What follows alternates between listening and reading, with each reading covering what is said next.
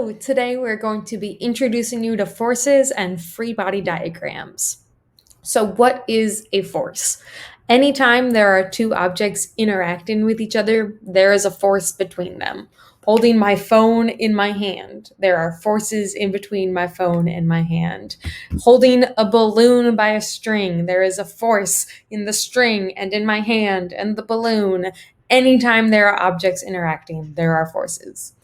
A force is a vector, like acceleration or velocity, so it has both magnitude, a number, a size, and direction. The way it is pointing matters. And forces are measured in a unit called newtons. There are a couple different common types of forces. Some rely on contact between two objects, and some can happen over a long range or over a distance.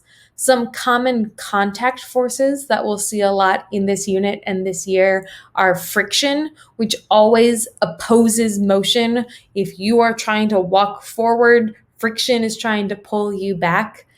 Air resistance is sometimes counted as a type of friction or is similar to friction. The normal force, when there are two surfaces that are touching, the normal force is perpendicular to the surface. So, like when I'm holding my phone in my hand, there is a force on my phone that is pointing up. That is the normal force, perpendicular to the surface of my hand. There's tension, which is a force that is used by ropes or strings or chains or things hanging from a ceiling. There's thrust, which is what you imagine when you think of engines. There is a spring force. Springs like to push or pull whatever need be to get back to their natural length. So that is a force.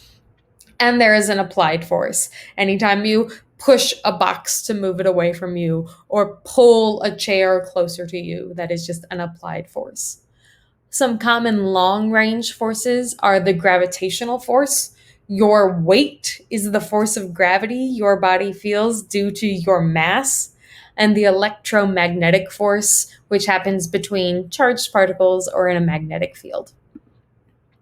When dealing with forces and force problems, the first step should always be to draw a free body diagram, sometimes shortened to just FBD. A free body diagram shows the relative magnitudes and the directions of all of the forces acting on an object. Typically, a free body diagram is drawn as a box or a dot with arrows pointing out of it in different directions. This isn't a time to show off art skills, it's just a simple, quick diagram to show you all of the forces. Your force arrows should be labeled and have appropriate lengths to reflect the relative magnitudes. So, this free body diagram could maybe go with a book that is being pushed along a table. So, there is gravity pulling down on the book. There is the normal force pushing up because there is contact between two surfaces.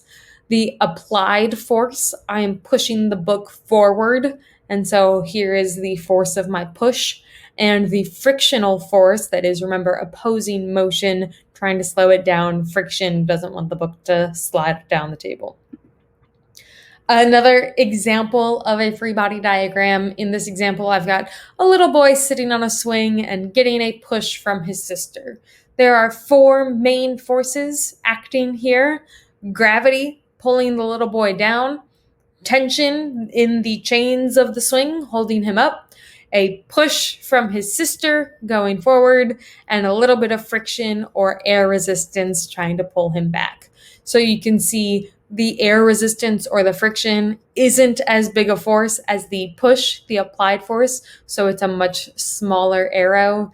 And here, the little boy would be moving forward or to the right, so he is being pushed towards the right. It's shown by this arrow here. So now you try. Draw a free body diagram for a table sitting on a desk.